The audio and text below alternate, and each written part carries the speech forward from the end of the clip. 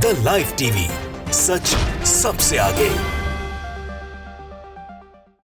नमस्कार, आप देख रहे हैं द लाइव टीवी और मैं हूं आपके साथ मुनमुन रहमान। उत्तर प्रदेश के मुजफ्फरनगर का मामला तो आपको याद ही होगा, जिसमें नफरती टीचर तृप्ता त्यागी एक स्कूल में 8 साल के मुस्लिम बच्चे की पिटाई अपनी क्लास के दूसरे बच्चों से करवाती है, वीडियो बनाती है और उस वीडियो में जाति सूचक शब्दों का इस्तेमाल भी करती है, मुसलमानों के खिलाफ टिप्पणी भी करती है। वीडियो सोशल मीडिया पर वायरल हुआ तो तृप्ता त्यागी के खिलाफ कार्रवाई की मांग की जाने लगी और इसी के साथ यहाँ पर यूपी पुलिस ने कार्रवाई के नाम पर एनसीआर रिपोर्ट भी तृप्ता त्यागी के खिलाफ दर्ज कर दी। लेकिन अब इस पूरे मामले में सुप्रीम कोर्ट का डंडा यूपी पुलिस पर चल गया है और यूपी पुलिस ने अब एनसीआर रिपोर्ट के बाद एफआईआर दर्ज की है। साथ ही यहाँ पर सुप्रीम कोर्ट ने यूपी पुलिस से पूरे मामले में स्टेटस रिपोर्ट भी दाखिल करने को कहा है। तो आप देखिए किस तरह से नाम की कार्रवाई होती है। एनसीआर रिपोर्ट दर्ज कर ली गई, एफआईआर नहीं की गई। हालांकि सुप्रीम कोर्ट ने जब बाद में फटकार लगाई तो उसके बाद जो है वो एफआईआर दर्ज की गई है। आप अपनी स्क्रीन पर ये ट्वीट देख रहे हैं लाइव लॉ का। यूपी पुलिस ने प्रारंभिक जांच के बाद महिला शिक्षक के खिलाफ एनसीआर को एफआईआर में बदल दिया। यूपी पुलिस ने जो एनसीआर रिपोर्ट दर्ज की थी महिला के खिलाफ, उसे एफआईआर में बदल दिया। आईपीसी की धारा 323 चोट पहुंचाना, 505 शांति भंग करने के लिए जानबूझकर अपमान करना और 75 बच्चे के खिलाफ क्रूरता जैसे एक्ट अब एफआईआर में शामिल किए गए हैं। इस पूरे मामले पर यहाँ पर मोहम्मद जुबैर भी ट्वीट करते हैं। मोहम्मद जुबैर यहाँ पर तंज करते हुए लिखते हैं कि मेरे मामले में तो फटाफट एफआईआर दर्ज कर ली जाती है, लेकिन तृप्ता त्यागी जिसका वीडियो सोशल मीडिया पर वायरल है, जिसमें वो 8 साल के मुस्लिम बच्चे की पिटाई करवा रही है और उसमें मुसलमानों के खिलाफ टिप्पणी भी कर रही है, वो उस पूरे मामले में सिर्फ एनसीआर रिपोर्ट दाखिल की गई। आप अपनी स्क्रीन पर मोहम्मद जुबैर का भी ट्वीट देख रहे हैं। यहाँ पर लिखा है कि तो टीचर के खिलाफ एनसीआर रिपोर्ट थी, लेकिन मेरे खिलाफ एफआईआर दर्ज कर दी।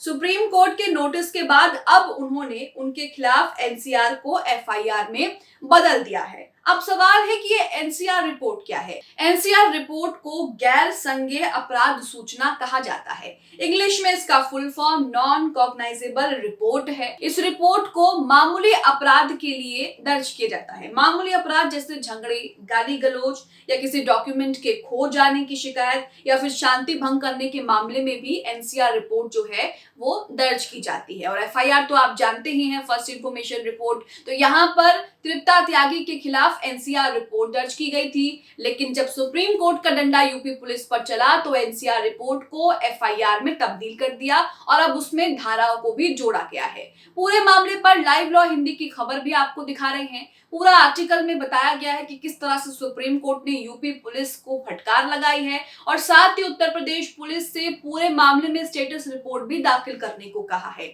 आप अपनी स्क्रीन पर लाइव लॉ का ये आर्टिकल देख रहे हैं, जिसकी हेडलाइन में लिखा है कि मुजफ्फरनगर छात्र को थप्पड़ मारने का मामला, सुप्रीम कोर्ट ने यूपी पुलिस से जांच के स्टेटस और पीड़ित के सुरक्षा के बारे में भी पूछा।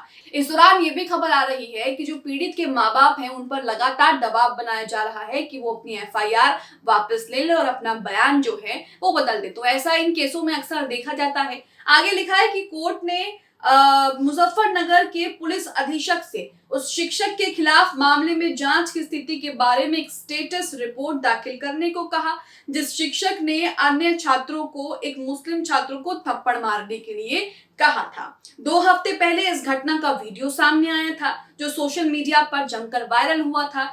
कोर्ट ने एसपी से अपराध के पीड़ित की सुरक्षा के लिए उठाए गए कदमों के बारे में भी रिपोर्ट मांगी है। तो जब सुप्रीम कोर्ट का डंडा यूपी पुलिस पर चला है तो यूपी पुलिस ने फटाफट से यहाँ पर एनसीआर रिपोर्ट को एफआईआर में तब्दील कर दिया और यहाँ पर धाराएं भी जोड़ती हैं। तो आप यहाँ पर देख रहे हैं कि तृप्ता त्यागी पर पहले तो सिर्फ नाम की कार्रवाई हो रही थी, नाम का एक्शन हो रहा था। हालांकि अगर आप न्यूज आर्टिकल उठाकर देख लेंगे तो उसमें कहा जा रहा था कि तृप्ता त्यागी के खिलाफ बड़ा एक्शन, उनका स्कूल बंद कर दिया, नोटिस भेज दिया। लेकिन पूरे मामले में सबसे पहले पुलिस को एफआईआर दर्ज करनी चाहिए थी। वो एफआईआर अभी तक दर्ज नहीं की गई थी, सुप्रीम कोर्ट के बाद दर्ज कर ली गई है।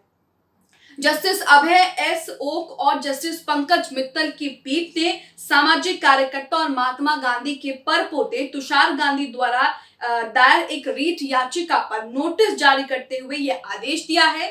इस याचिका में मामले में उचित जांच की मांग भी की गई थी। याचिकाकर्ता के वकील शादान फरासत ने पीठ को बताया कि याचिका में धार्मिक अल्पसंख्यकों सहित बच्चों के खिलाफ हिंसा को रोकने के लिए स्कूल प्रणालियों के भीतर निवारक और उपचारात्मक उपायों के संबंध में दिशा निर्देश देने की मांग भी की गई है। तो नफरत अब गली मोहल्लों से निकल करके स्कूल में भी पहुंच गई है, जहां पर सिखाया जाता है कि सभी धर्म बराबर होते हैं, सभी धर्मों को आपस में मिलजुल कर रहना चाहिए, आपसी भाईचारा जहां पर सिखाना चाहिए, बच्चों को शिक्षा देनी चाहिए ताकि वो समाज में एक बेहतर नागरिक भी बने पढ़ लिख करके। लेकिन इस स्कूल में क्या हो रहा था, मुजफ्फरनगर के इस स्कूल में तृप्ता त्यागी जी क्या कर रही थी, ये तो आपने देखा। एक 8 साल के मुस्लिम बच्चे की पिटाई कर रही थी। बाद में अलग अलग बयान दिए गए। पहले तो कहा गया कि वो मल्टीप्लिकेशन टेबल्स यानी कि पहाड़े याद करके नहीं आया था, इसलिए उसकी पिटाई कर दी, इसलिए उसको सजा दी। बाद में कहा गया कि उसने अपना घर का काम यानी कि होमवर्क नहीं किया था। और तृप्ता त्यागी की तरफ से ये भी कहा गया था कि मुस्लिम माएँ जो हैं वो अपने बच्चों की पढ़ाई पर ध्यान नहीं देती, इसलिए जो है वो भविष्य में कुछ नहीं कर पाते। तो तृप्ता त्यागी की तरफ से अलग अलग बयान यहाँ पर बदले गए। लेकिन आप ये सोचिए कि किस तरह से एक 8 साल के मासूम बच्चे की सरेआम वो क्लास में दूसरे बच्चों से पिटाई करवा रही हैं, थप्पड़ मरवा रही हैं और साथ ही वहां पर मुसलमानों के खिलाफ उसके धर्म को लेकर टिप्पणी भी कर रही हैं। ऐसे में जिस बच्चे की पिटाई हो रही है उस पर क्या असर पड़ेगा और जो बच्चे क्लास में उस मैडम की भाषा को सुन रहे हैं उन पर क्या असर पड़ेगा। यही आपको बता दें कि याचिकाकर्ता ने प्रस्तुत किया कि शिक्षक की पहचान बाद में तृप्ता त्यागी के रूप में हुई। वीडियो में दिखाई दिया कि टीचर ने बच्चों को अपने सहपाठी को यानी कि जो क्लास के दूसरे बच्चे हैं उनको जोर से मारने के लिए कहा। टीचर को वीडियो में ये कहते हुए देखा गया कि मैंने तो डिक्लेयर कर दिया जितने भी मोमडन बच्चे हैं इनके वहां चले जाओ। फिर जैसे ही एक बच्चा लड़के को मारने के बाद बैठता है, टीचर उससे कहती है क्या तुम मार रहे हो, जोर से मारो। तो इस तरह का वीडियो सोशल मीडिया पर वायरल हुआ। हम सभी ने देखा, हम सभी ने सुना कि वो नफरती टीचर क्या कह रही थी। हालांकि बाद में पुलिस और टीचर दोनों इस मामले में लीपापोती कर रहे थे। लेकिन यहाँ पर आप देख सकते हैं कि नफरत का स्तर कितना बढ़ गया है और ये नफरत अब स्कूलों में भी पहुंच गई है, कॉलेजेस में भी पहुंच गई है, जहां पर नफरत का नामो निशान भी नहीं होना चाहिए, जहां पर टीचर्स को ये सिखाना चाहिए कि नफरत मिटा करके हमें प्यार से रहना चाहिए। लेकिन वहां पर नफरत किस तरह से फैल रही है ये भी आप देख रहे हैं। याचिकाकर्ता ने आरोप लगाया कि जब से एफआईआर दर्ज की गई है तब से बच्चे के परिवार पर समझौता करने और शिक्षक के खिलाफ एफआईआर वापस लेने का दबाव बनाया जा रहा है और दबाव लगातार बढ़ाया भी जा रहा है। तो यहाँ पर आप देख रहे हैं कि सुप्रीम कोर्ट ने जब यूपी पुलिस पर डंडा किया तब एनसीआर रिपोर्ट को एफआईआर में तब्दील किया। हालांकि अगर यहाँ पर कोई मुसलमान होता तो फटाक से उसके खिलाफ जो है वो एफआईआर दर्ज कर लेते, एनएसए लगा देते और तमाम तरह की धाराओं में जो है वो केस बना देते। लेकिन इस मामले में यूपी पुलिस की कार्रवाई पर भी सवाल उठते हैं। आप इस पूरे मामले को लेकर क्या सोचते हैं?